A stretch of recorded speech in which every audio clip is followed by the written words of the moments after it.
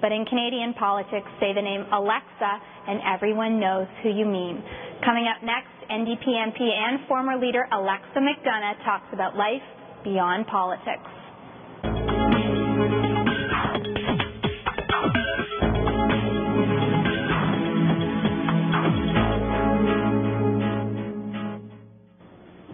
Alexa McDonough, thank you so much for taking the time to be here today. It's great to chat with you. Delighted to be here.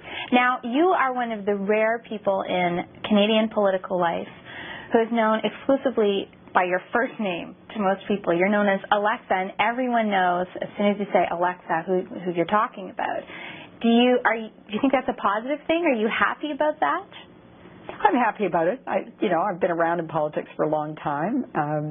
Occasionally someone would say to me, doesn't it seem a bit disrespectful when all your male counterparts are introduced on a platform by their full formal names and so on, and then they just call you Alexa?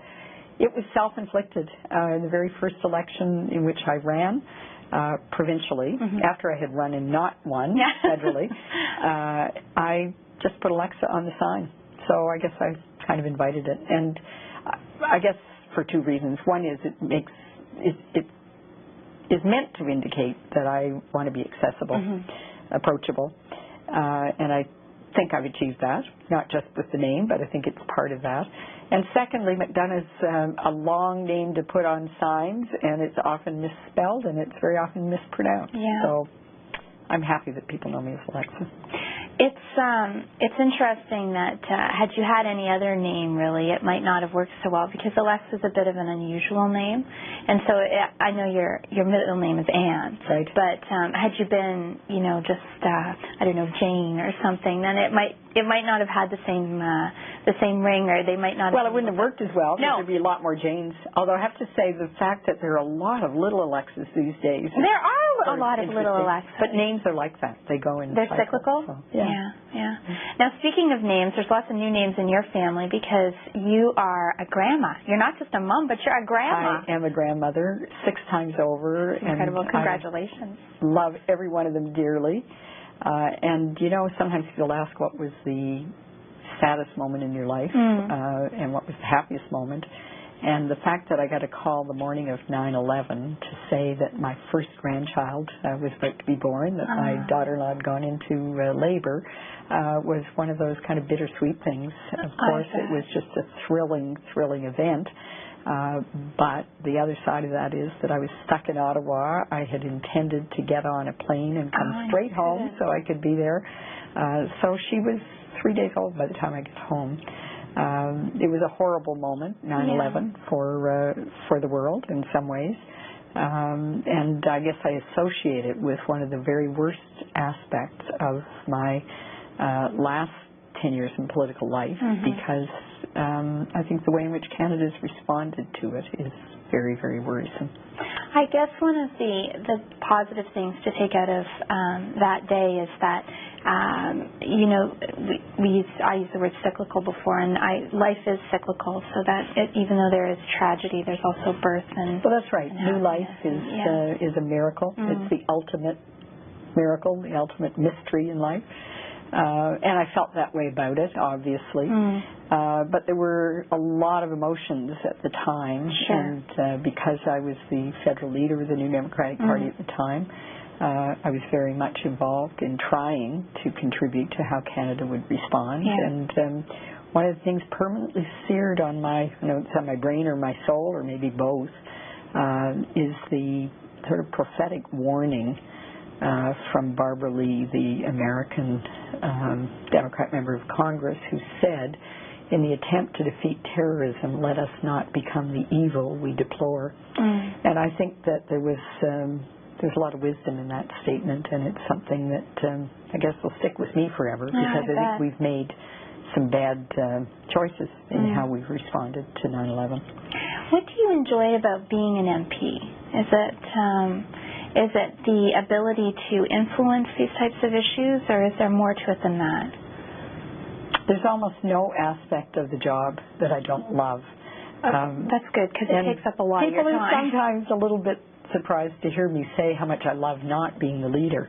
And that really gets to your question. I had not had the opportunity of just being an MP for the first 8.5 years, and I never had an opportunity in Nova Scotia as the provincial leader for 14.5 years to just be an MLA, because I was leader first and leader with a small caucus and leader with very few resources.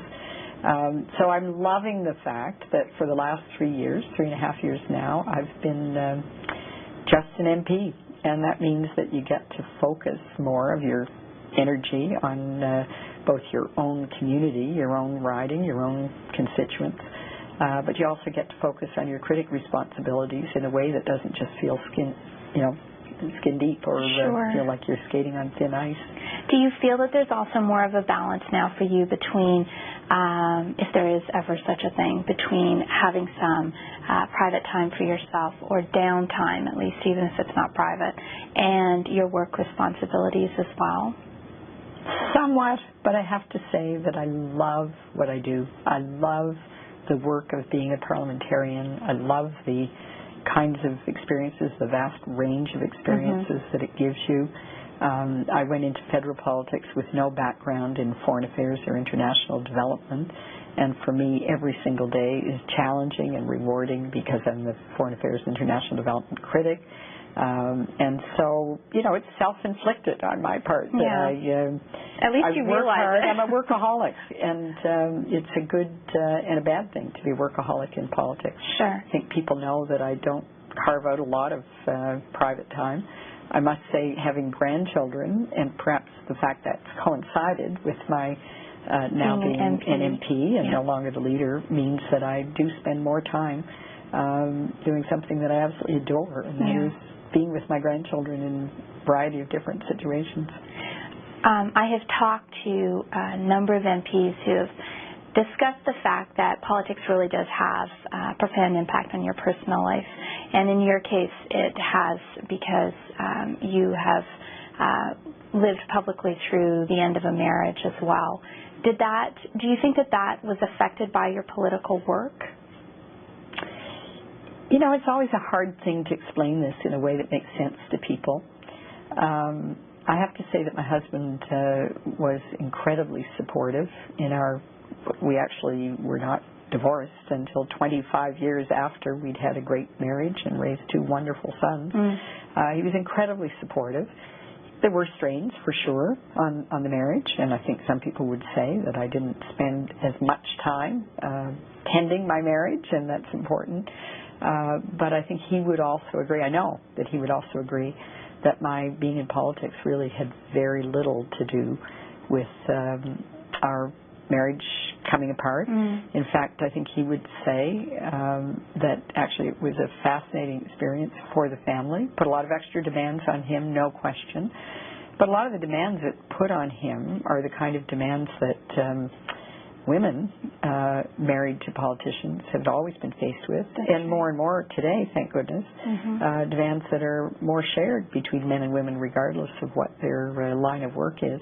I am thrilled not just to have a caucus with 41% women, having 11 women in my caucus, which is fabulous, exemplary. But also having 17 men, not one of whom is threatened by us uppity women parliamentarians, and who also really work hard to try to achieve some balance. And that's not an easy thing to do. No, it's not. For a man or a woman in political life, especially federally.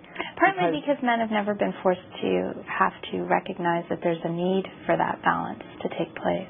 Hopefully my tendencies are not shining through your... Well, I hope they are. They better be. I don't want to hear either of your parents disappointed that your feminist influence That's right. I shouldn't have put it that way. Because they've both been role models in that regard, and good for them and good for you. Very good for you. But I do think that in federal politics, people don't always appreciate how much more difficult it is. Just the sheer distance for many, many members of living such a long way away. And again, in some respects, I've been lucky because the commute from Ottawa to Halifax is actually a very easy one compared to what a lot of members have to deal with. Oh, especially, and we've talked to members from BC, or the members who are coming from Yukon. I mean, just incredible flights that they have to do on a weekly basis. It's very demanding. journey. I don't think the public thinks very much about that. Yeah. I think a lot of the constituents in those ridings that are very far from Ottawa appreciate when they have a hard-working politician that it does take a toll, and hopefully take that into account in the reasonableness of what they expect.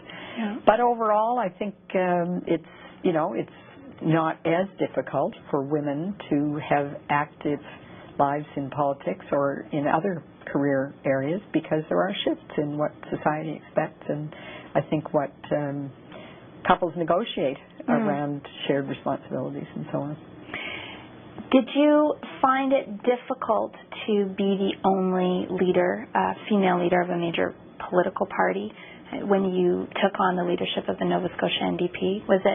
Did you find that people were whispering behind your back, oh, she's just a woman, or did you? I never really felt that way, honestly. Of course, there are particular challenges, but I think the challenges that I faced in the Nova Scotia legislature when I was the leader of the NDP as a woman were not so much because I was a woman leader, but because I was the only woman in the legislature. And at the same time, when I first entered my first term, I was also the only New Democrat, so it was a kind of double jeopardy thing. That's really old history now. I mean, they've got a sizable NDP caucus in the Nova Scotia legislature, 20 members, and a good many women. So, from my perspective, partisan as it is, admittedly, the universe is unfolding in a very good way. But I think that it is true, for sure, that women in public life face sexist attitudes, face certain judgmentalism around their, the roles they've chosen, but not as punishing for women who are serving in legislatures or parliaments as it is for many, many women in other walks of life. And I guess I've always seen it that way. I've always thought do you mean women in other parts of the world who? Yeah, no, I mean more women in Canada in their daily lives who often face sexism and judgmentalism in their jobs, in the community, and in some respects, elected members of Parliament are the luckiest of the lot. I mean, you actually have equal pay, which many, many women still don't have, compared to male counterparts. You don't have an issue around childcare affordability, which is desperate for huge numbers of women, remains so in this country, to our disgrace, because you are very well paid as a member of Parliament.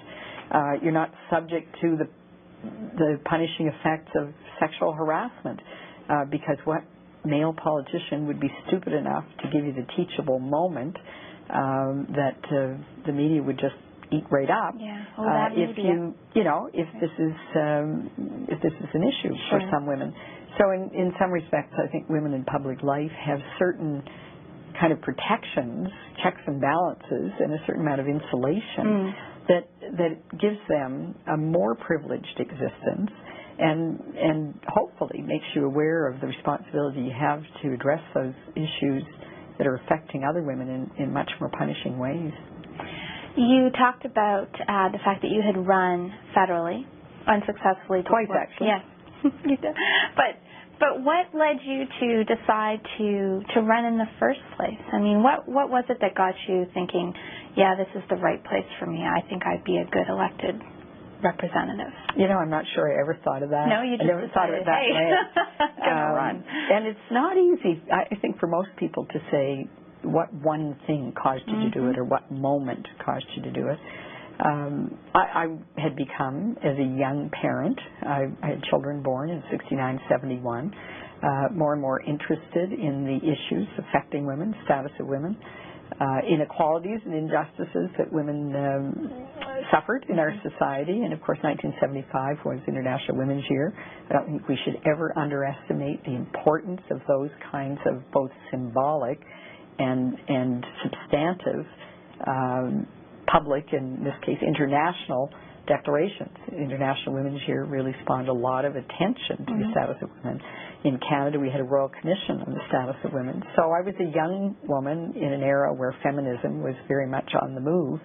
I had 2 sons. I became sort of increasingly aware of the way in which sexism affected our society, and became involved initially, inspired by the Just Society vision of the Trudeau era, much to the disappointment, I guess horror, of my parents, who went to a CCF convention on their honeymoon. I strayed off into the Liberal Party. I became very quickly disillusioned because I saw very little sign that they cared about these issues, and then became active in the NDP. And what was happening... Your parents must have been so relieved. Well, I think they were pleased about that, but, you know, they always made it clear to us, I'm sure the same is true in your family, that you don't have a choice, you have a responsibility to become a political animal and a political actor. Nobody has a responsibility to run, but that you need to play a role in a democratic society. But you have to make your own choice, your own informed choice, hopefully. I just made a choice that they were disappointed in initially. But they were probably so glad that you were making choices. Yeah, no, I think that's true. Yeah. I think that's true, and I hope all parents will think of it that way. But, you know, in the end, what happened was, as I became involved in the New Democratic Party, Rosemary Brown was a huge inspiration, a big mentor to a lot of women, myself included. She had the guts to be the first woman to ever run for the federal leadership of any political party. She was a black immigrant social worker, and she didn't win it, but she came a strong second in a field of male contenders. And Ed Broadbent, to his enormous credit, responded in a very positive, creative way to the challenges that she put forth in that leadership race. And the women in the New Democratic Party really took up those challenges. So very soon, following that 75 leadership race, when she wasn't elected leader, the party really was transformed by that initiative. And it wasn't just Rosemary Brown acting as a solo political aspirant. I mean, it was a lot of women who supported her, and men too, who wanted to see changes in the status of women. And the rest is sort of history. I remember Ed Broadbent saying to members of the Participation of Women Committee of the Federal New Democratic Party, and I had become the representative from Nova Scotia by then, we have changed a lot of our policies, we've changed a lot of our structures to support the full participation of women.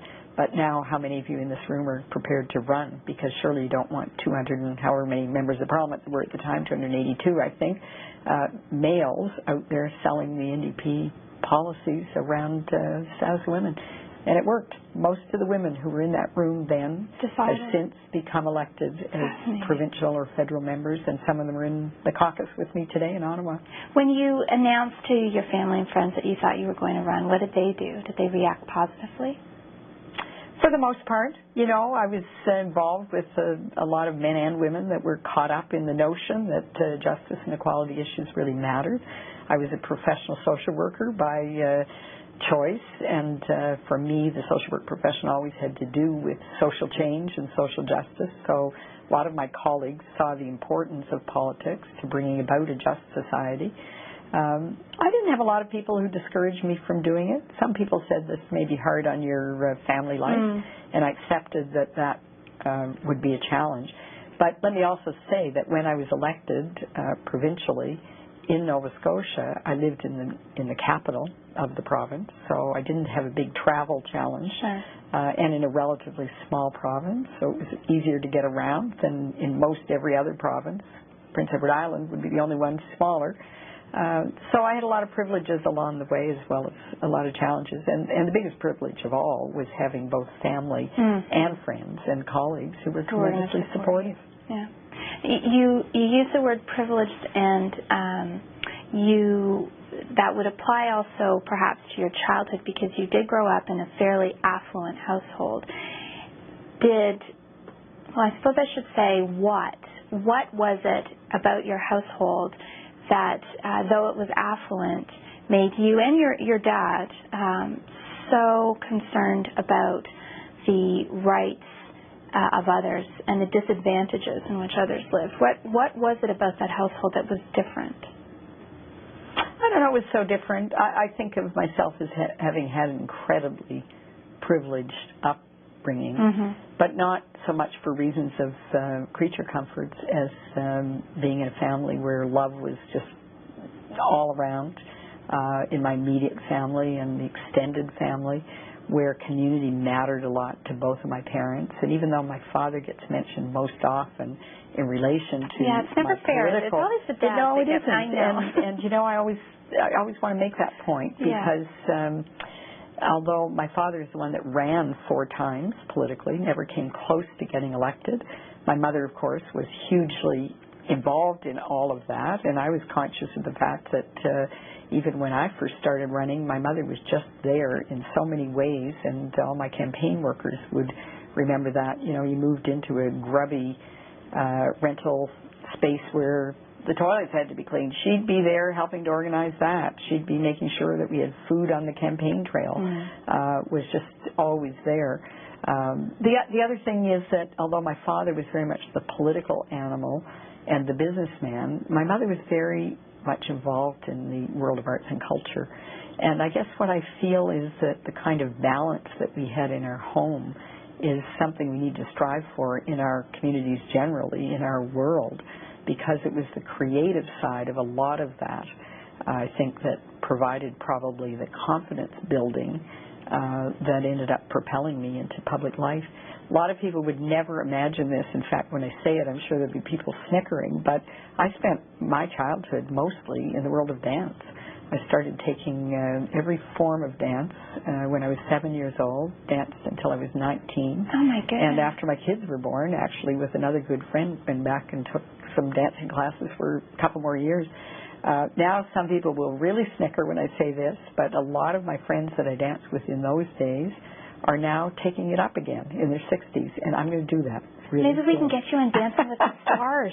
Well, I don't know about that. What do you think? I'm not up for that challenge, but if there were a Canadian version, I don't know why not. Yeah. My mother always encouraged our involvement in the world of arts and culture. She herself was a sort of frustrated artist. She graduated from art college, was always involved in that aspect of community life. So the two together, I don't know, provided a certain stimulating environment, a kind of synergy. We had so many people coming and going in our family who cared about public policy to support the whole range of things that people need in life. And of course the social democratic symbol of bread and roses in a way is sort of reminder that we were very, very privileged in our family, that the bread was always there.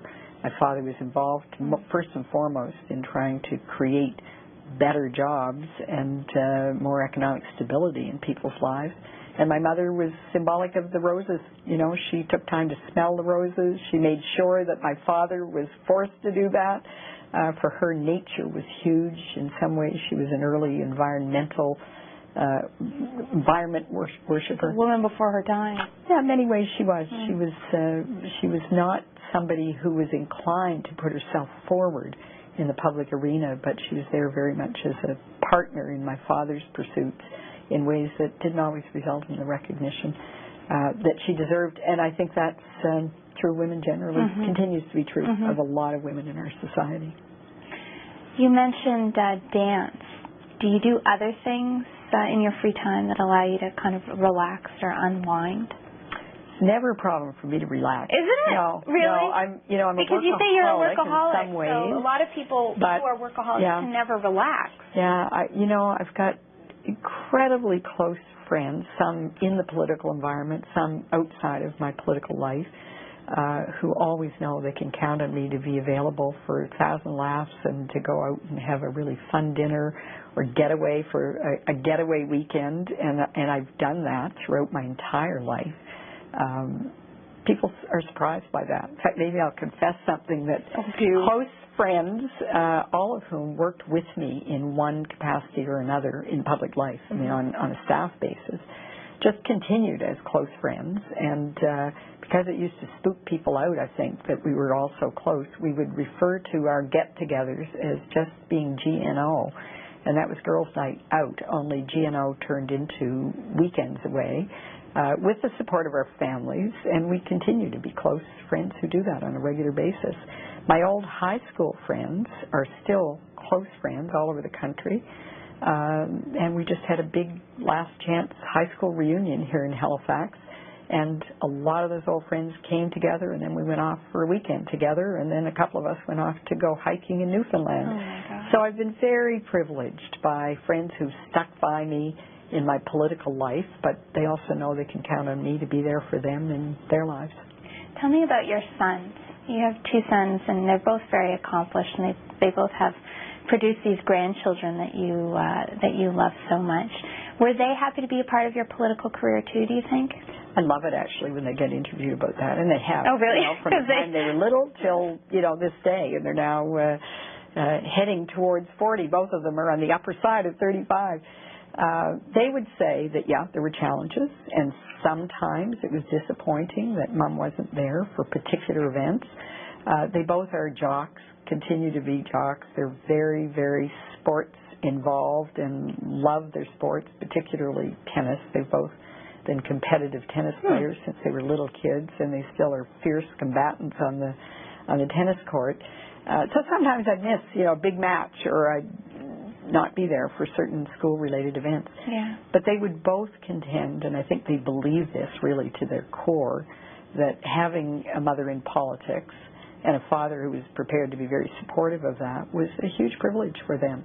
And what they saw as offsetting, more than offsetting those few disappointments, was just a continual stream of interesting experiences and meeting interesting people and sometimes getting to go interesting places that they might not otherwise have done. Do you think that it influenced their opinion about the roles of women in the world, to know that their mom was doing the work that you do, but also playing such a central role, an important, prominent role in the country? I know they're proud of that. I know that it's influenced their lives.